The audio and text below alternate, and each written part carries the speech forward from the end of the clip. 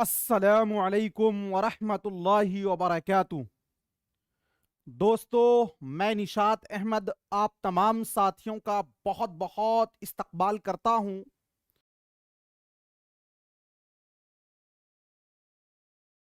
दोस्तों, आपके स्क्रीन पर भाषा के बारे में कौन सा सही है, यानी कि भाषा के बारे में कौन से स्टेटमेंट सही हैं। पहला है, एक बोली में अनेक भाषाएं होती हैं। भाषा के लिए लिपि का होना अनिवार्य है, तभी वो भाषा कहलाएगा। भाषा के लिए एक क्षेत्र विशेष का होना जरूरी है। एक भाषा के कई बोलियां होती हैं।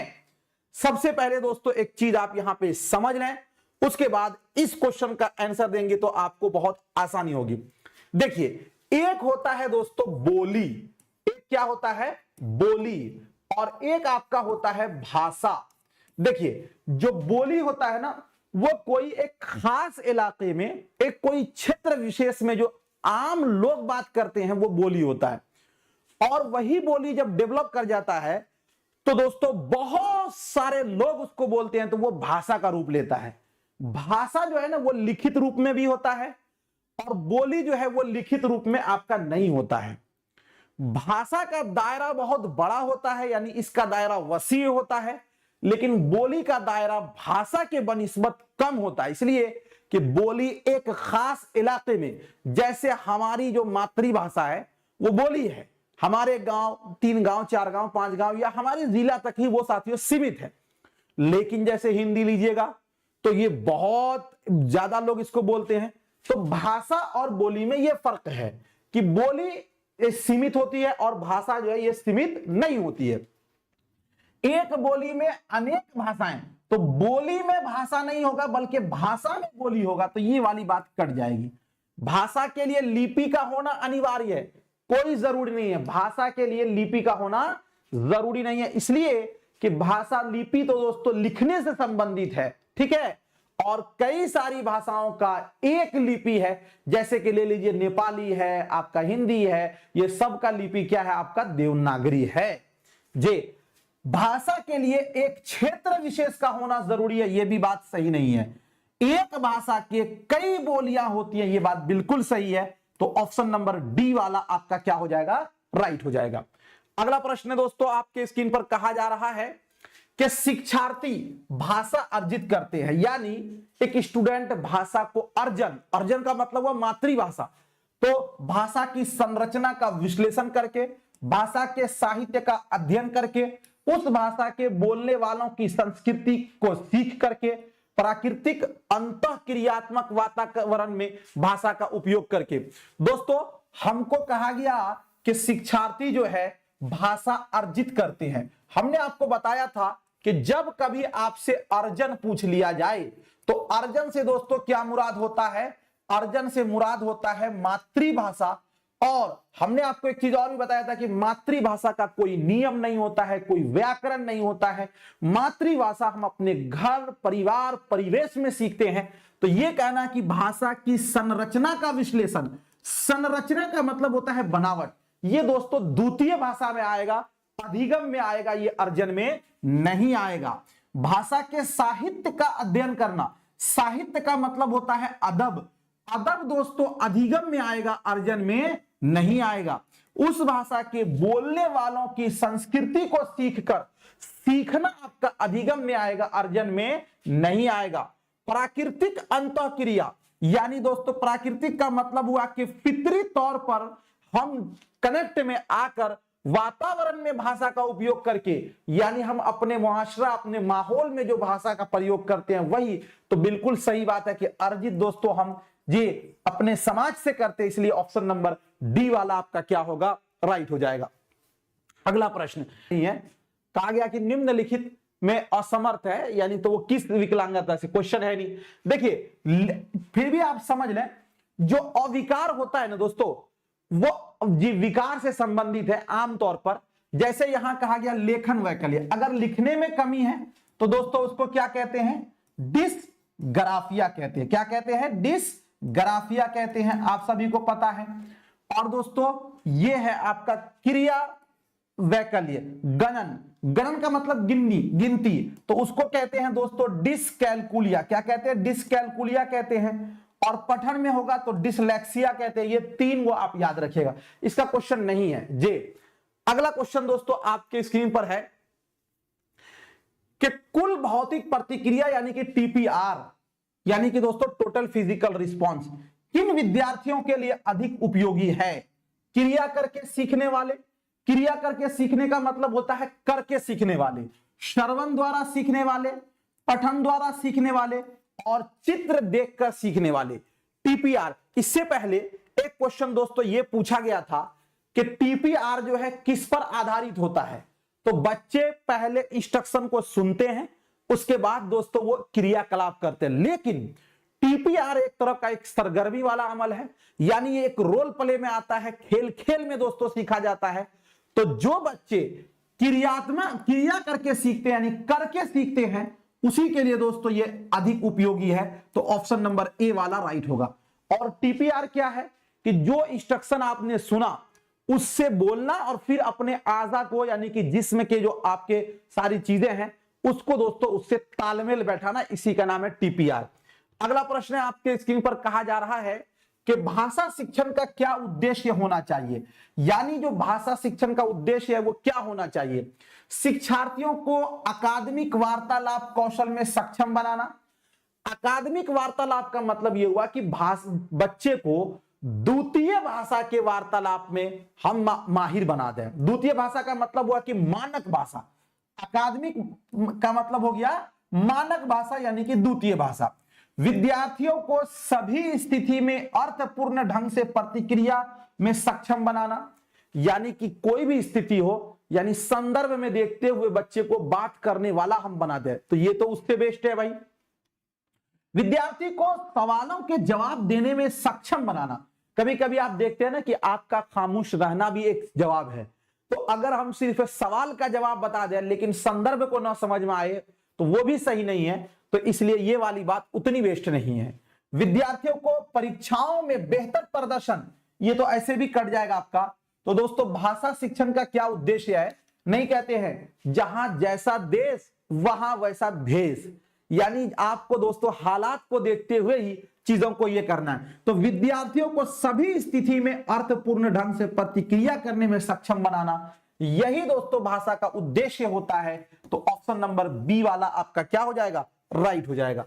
अगला प्रश्न है आपके स्क्रीन पर, कहा जा रहा है कक्षा में विद्यार्थी विषय वस्तु को समझ जाते हैं किंतु वे किसी चर्चा में भाग नहीं लेते, उन्हें भाषा की कौन सी कठिनाई है? संप्रेषण संबंधी, अभिव्यक्ति संबंधी, ग्रहणता संबंधी और उच्चारण संबंधी। दोस्तों पहले आप ये समझें कि कहा जा रहा है कि कक्षा में विद्यार्थी किसी विषय वस्तु को दोस्तों क्या करते हैं? वो समझ तो जाते हैं किंतु किसी चर्चा में वो भाग नहीं लेते। कोई चर्चा होता है तो वहां पर वो भाग नहीं लेते हैं। उन्हें भाषा की कौन सी कठिनाई है?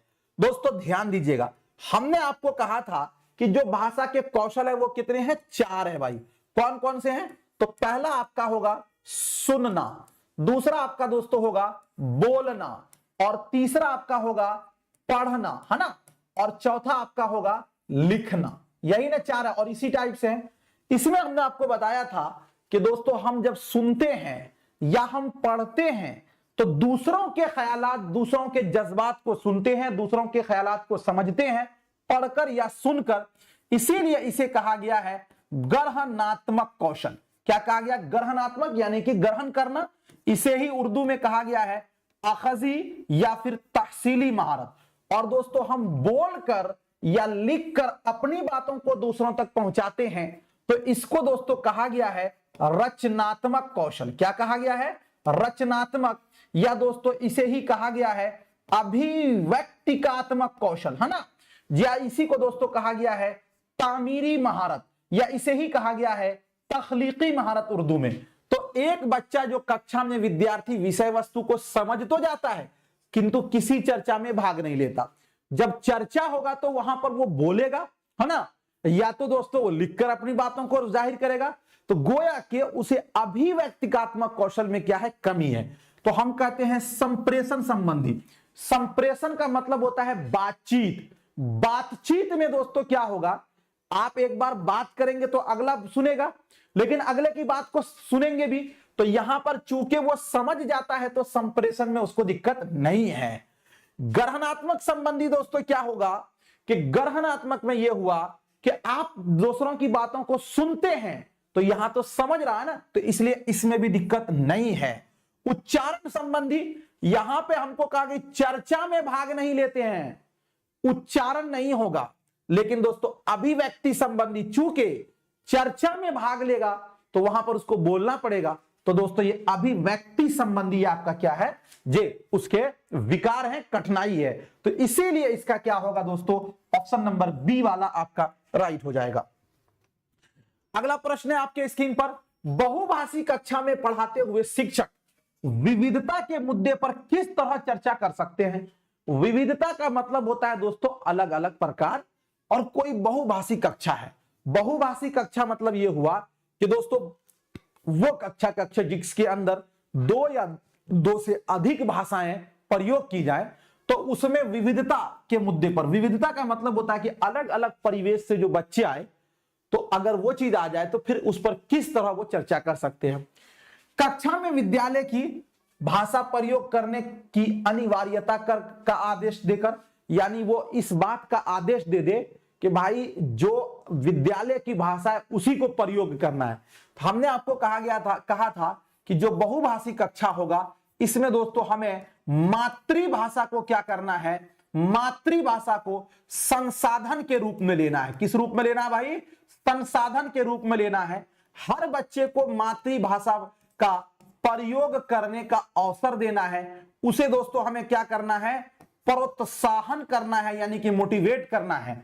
तो ये कह रहा है कि नहीं, कक्षा में विद्यालय की भाषा प्रयोग करने की अनिवार्यता का आदेश देकर, तो ये कहीं ना कहीं बहुभाषी कक्षा के दोस्तों ऑपोजिट है, गलत है, इसलिए ये वाला आपका कट जाएगा। बच्चों को उनकी मातृभाषा में नहीं बोलने के लिए हतोत्साहित करने के द्वारा, यानी वो रोक लगा दिया जाए कि मातृभाषा में न बोले, तो ये भी कट जाएगा। विद्यार्थी की मातृभाषा को महत्व देकर, तो दोस्तों जो बहुभाषी कक्षा है उसमें हमें बच्चों के मातृभाषा का सम्मान करना है, और उनके मातृभाषा का सम्मान यह हुआ कि हम उनको उनकी मातृभाषा में बोलने की पूरी आजादी देंगे। तो ये वाली बात बिल्कुल सही है। मातृभाषा के प्रयोग को अनदेखा करके, तो ये तो गलत हो जाएगा, ऑप्शन नंबर सी वाला राइट हो जाएगा। अगला प्रश्न है दोस्तों, निम्नलिखित में से कौन सी भाषा भारतीय संविधान की 8वीं अनुसूची में सम्मिलित नहीं है, यानी वो कौन सी, आप देखिए इसमें आ गया कि कौन सी भाषा जो है जो दोस्तों 8वीं अनुसूची में, चूंकि दोस्तों आपको ये पता है 8वीं अनुसूची में कुल 22 भाषाएं शामिल हैं, उसमें से कौन सी भाषा जो है वो उसमें शामिल नहीं है। बोडो, एक मर्तबा ये पूछा गया था कि बोडो कहां बोली जाने वाली भाषा है, भोजपुरी, संथाली और मणिपुरी। जी बताइए कौन सी भाषा जो है दोस्तों 8वीं अनुसूची में क्या है, शामिल नहीं है। उसमें आप देखेंगे तो बोडो भी है जो कि असम में बोली जाती है, मणिपुर भी है और संथाली भी है, लेकिन भोजपुरी नहीं है। तो दोस्तों इसीलिए आपका ऑप्शन नंबर बी वाला राइट हो जाएगा। एक चीज दोस्तों याद रखिएगा, भाषा वाला कॉन्सेप्ट जो है ना, राजभाषा है ना, राष्ट्रीय भाषा, राज्य भाषा, और उसी को सरकारी जबान, गैर सरकारी जबान, मुआविन सरकारी जबान, किस अनुच्छेद में जिक्र है, जी हिंदी का क्या मतलब स्थान है दोस्तों, अंग्रेजी का क्या स्थान है, इससे संबंधित आपको 1 या 2 क्वेश्चन देखने को मिल जाता है। और ये 8वीं अनुसूची में जो भाषाएं हैं, एक मर्तबा जो मास्टर नोट्स में दिया हूं उसको आप एक मर्तबा पढ़ लीजिएगा, और ऐसे ही मुजबानी दोस्तों 22 भाषाओं को एक मर्तबा आप दोहरा लीजिएगा, क्योंकि एक प्रश्न जाना हुआ गलत हो जाए तो बड़ी दिक्कत की बात है, इसलिए ये आपको भाषा से संबंधित आ जाता है। चलिए अगला प्रश्न है दोस्तों, आपके स्क्रीन पर कहा जा रहा है,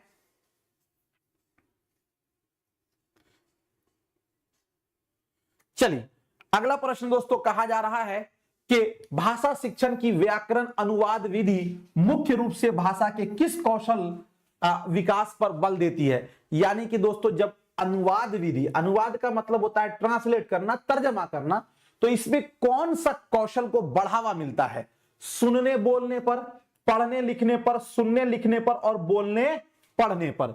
दोस्तों अनुवाद विधि में किस बात पर आपको यह मिलेगा? तो सबसे पहले देखिए, अनुवाद जो होगा दोस्तों ट्रांसलेट होगा।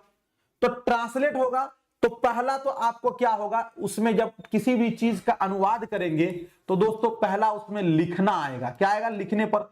और दोस्तों फिर उसको क्या आएगा? पढ़ना आएगा।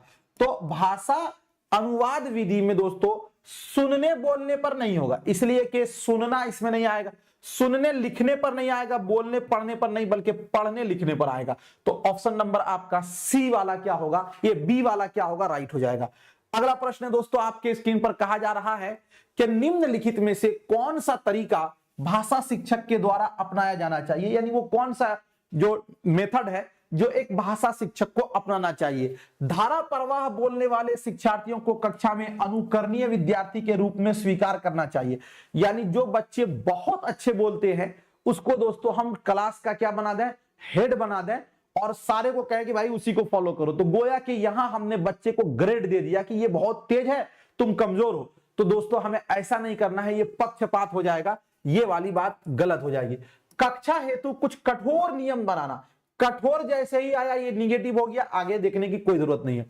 यह सुनिश्चित करना कि उसकी कक्षा में सभी विद्यार्थी महसूस करें कि उन्हें स्वीकृत एवं महत्व दिया जा रहा है, चाहे वे किसी भी भाषा, सामाजिक एवं सांस्कृतिक पृष्ठभूमि से संबंधित रखते हैं। यानी तुम किसी भी समाज से, किसी भी परिवेश से, गरीब हो, मालदार हो, कहीं से भी आते हो, तुम्हारा हमारे कक्षा में होना ये बहुत जरूरी है। हम तुमको एक समान दृष्टिकोण से देखते हैं, ये बात बिल्कुल सही है दोस्तों, ऑप्शन नंबर सी वाला। और यह सुनिश्चित करना कि भाषा की कक्षा में सुविधा वंचित पृष्ठभूमि से आने वाले बच्चों को कठिन परिश्रम करना पड़ता, यानी जो बच्चे सुविधा से वंचित है, यानी जो गरीब है या जो ऐसे परिवेश से आए जहां भाषा कम प्रयोग होता है, तो उसको बहुत ज्यादा मेहनत करना जी नहीं, ये भी फिर पक्षपात वाली बात हो जाएगी, ये नहीं करना है हमें। ऑप्शन नंबर सी वाला आपका बिल्कुल